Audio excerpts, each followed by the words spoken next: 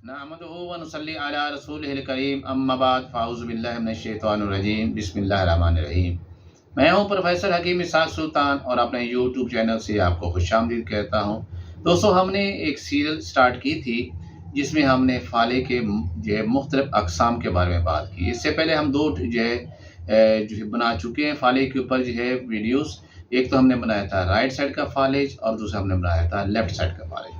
हमने बताया था उसके अंदर कि फ़ालिज जो है जब राइट साइड का होता है तो इसका मतलब है आपके दिमाग जो या ब्रेन के जो लेफ़्ट साइड का जो हेमिस्फीयर है, जो आधा दिमाग है, उसके अंदर कोई ख़राबी पैदा हो जाए, उसमें क्लॉट आ जाए या किसी वजह से उन दिमाग न्यूरॉन्स को ऑक्सीजन ना मिलने की वजह से वो वीक हो जाए तो आपके राइट साइड का फ़ालिज हो जाता है। इस तरह हमने ये भी कहा था कि जो आपका लेफ़्ट साइड का फ़ालिज होता है उसमें ये होता है कि आपके दिमाग का जो राइट साइड है उसके अंदर कोई क्लॉट वगैरह आ जाए उसकी खून ब्लड वेसल्स के अंदर, तो फिर ये है कि आपको इस तरह का फ़ालिज होता है जो आपके लेफ़्ट साइड में हो जाता है।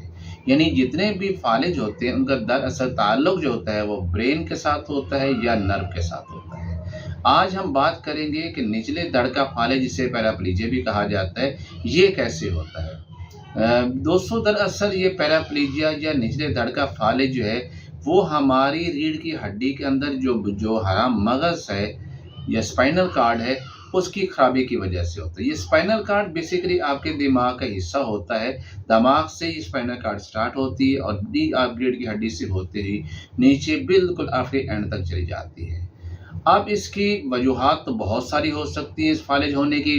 यानी अगर आपके स्पाइनल कार्ड पे चोट लग जाए उसकी वजह से भी हो सकता है। आपके स्पाइनल कार्ड के ऊपर जो है वो किसी वजह से कोई ट्यूमर बन जाए तो उस वजह से हो सकते हैं। आपके स्पाइनल कार्ड का खुदा न खास्ता टीबी या कैंसर हो जाए तो उस वजह से भी आपका पैराप्लीजिया हो जाता है। अगर ये सारी अलामात नहीं हैं तो फिर ये पैराप्लीजिया क्यों होगा, फिर निचले धड़ का फ़ाले क्यों गया।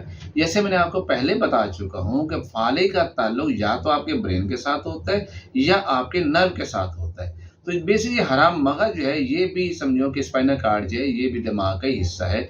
जब बलगम की ज़्यादती की वजह से, ये हम तिब की बात कर रहे हैं कि तिब जो है उसकी अपनी पैथोलॉजी है, उसके अपने तरीक़े तशख़ीस है और उसकी तशख़ीस ये है कि अखलाक के इम्बैलेंस होने की वजह से जो है वो अमराज़ पैदा होती हैं। तो ये जो पैराप्लीजिया है बेसिकली ये है या नीचे धड़ का फ़ालिज है, ये बलगम की ज़्यादती की वजह से होता है। शुरू में तो इसमें बलगम जो है स्पाइनल कार्ड के अंदर सोजिश वाक़या होती है और अगर इस सोजिश का इलाज ना किया जाए तो ये स्पाइनल कार्ड ऐसा ये वो खुश्क होना शुरू हो जाती है और आम तौर पर ये कमर के चौथे पाँचवें मोहरे से नीचे जो है जितना भी हरा मगज़ होता है उसके अंदर ये प्रॉब्लम्स होती है। अगर हम इसकी अलामात की बात करें तो सबसे पहले तो ये होता है कि आपके निचले धड़ के अंदर क़ुव्वत नहीं रहती।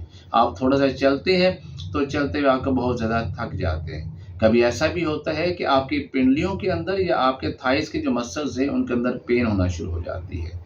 ये कभी होता है तो यकदम होता है, यानी आप रात को सोए और उठे तो आपको नीचे धड़ का फ़ालिज हो चुका था और उस आप चल भी नहीं सके। और कभी होता है ये ऐसा होता है और इसको यानी वीकनेस होना शुरू हो जाती है आपके टांगों के अंदर, आपके टांगों के मसल्स के अंदर और आपको 4 से 5 साल भी ले जाता है मुकम्मल तौर पर नीचे धड़ का फ़ालिज होने में। जैसे मैंने बताया कि ये निचले धड़ के साथ का ताल्लुक, तो निचले धड़ के अंदर फिर आपका पेल्विक एरिया भी आ जाता है, यानी यहाँ पर आपका मसाना है और आपकी आंतें हैं और वो इवन कि आपके मेल और फीमेल जो है वो रिप्रोडक्ट ऑर्गन भी आ जाते हैं। तो मेल के अंदर क्या होता है कि उसको इरेक्शन आना बिल्कुल ख़त्म हो जाता है इस बीमारी की वजह से और इस तरह फीमेल और मेल दोनों के अंदर पेशाब जो है वो मरीज़ खारिज नहीं कर सकता क्योंकि उसके नर्व पूरी तरह मैसेजेस नहीं दे रहे होते मसाने को कि वो कॉन्टैक्ट करें और यूरिन को पास कर लें। इसी तरह ऐसे मरीज़ को जो स्टूल है, जो पखाना है, वो भी नहीं खारिज होता क्योंकि उनको भी खारिज करने के ब्रेन से जो अब ऑर्डर आ रहे होते हैं वो नहीं पहुँचते। इसलिए ऐसे मरीज़ को शदीद कब्ज़ होती है और अब सम टाइम तो उसका पखाना खारिज ही नहीं होता है। तो ये मुख्तलिफ अलामात होती हैं। अगर हम ये चाहेंगे कि हम इसकी तशख़ीस कैसे कर लें तो सबसे पहले क्या है, इसका एक्सरे करवाया जाता है आपकी कमर का और उससे पता चलता है। फिर आपका सीटी स्कैन करवाया जाता है और एमआरआई करवाया जाता है जिससे कन्फर्म हो जाता है कि आपको ये प्रॉब्लम है। लेकिन ये है कि जो निचले धड़ के अंदर इतनी क़ुव्वत नहीं रहती, इतनी क़ुव्वत नहीं कि वो अपना बोझ उठा सके। पेशेंट जो है वो बेचारा लेटा रहता है, उठने की कोशिश करता है, उसे उठा नहीं है क्योंकि उसके निचले धड़ के अंदर क़ुव्वत ही नहीं रहती। अब इसका इलाज हम क्या करेंगे, ऐसी अद्वियात हम देंगे जो तिब के मुताबिक हमारे हराम मगज़ की सोजिश को ख़त्म कर सके। जो हमारे हराम मगज़ के अंदर जो स्केड वाक़या हो चुका है उसको ठीक कर सके, जो हमारे निचले धड़ के मस्सद हैं, जो उज़लात हैं, उनके अंदर जो कमज़ोरी आ चुकी है उसको टोन अप कर सके।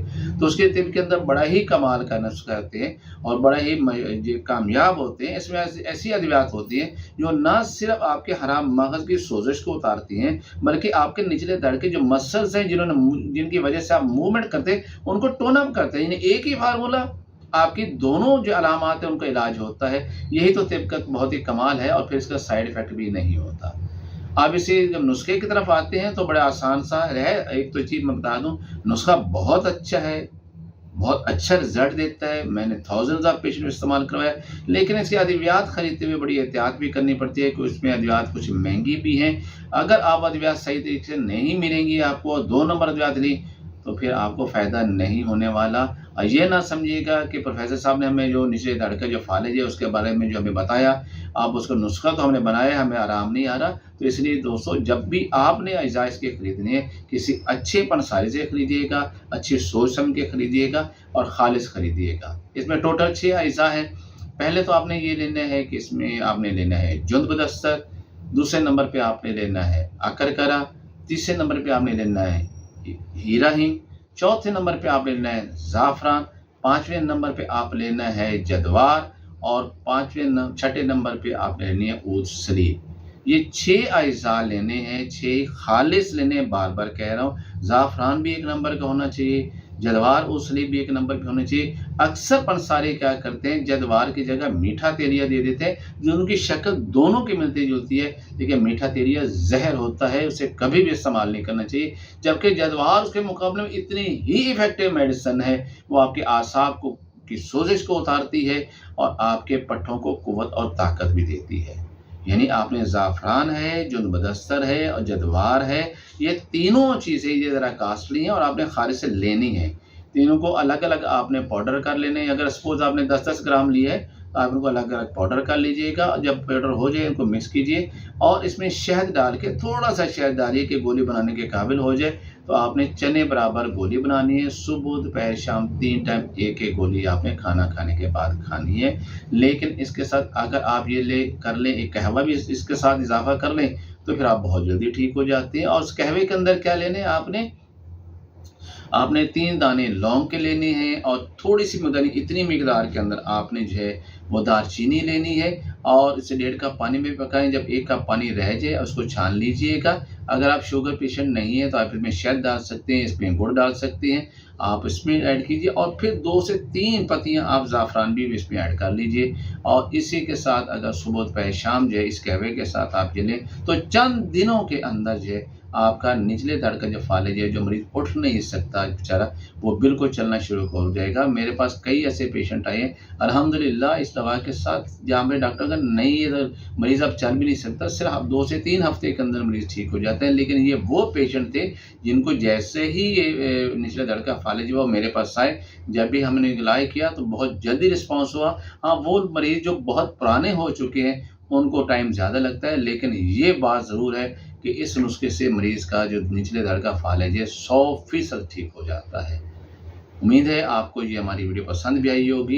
अगर किसी को खुदा न खास्ता निचले धड़ का फालिज है और वो बेचारा टोटा पाज हो चुका है, वो व्हील चेयर पर चला गया, उसे चला नहीं जाता, या जिसको कमज़ोरी हो रही है वो थोड़ा सा चलता है वो थक जाता है, या जिसको ऐसा होता है कि अब उसके पट्टों में ताकत नहीं है, टांगों में ताकत नहीं है, तो उनको ये ज़रूर इस नुस्खा इस्तेमाल करवाइएगा। इंशाअल्लाह अल्लाह ताला शफा देंगे। प्रोफेसर हकीम इशफाक सुल्तान फ्राम लाहौर, बागबानपुरा, आखिरी मिनट स्टाफ।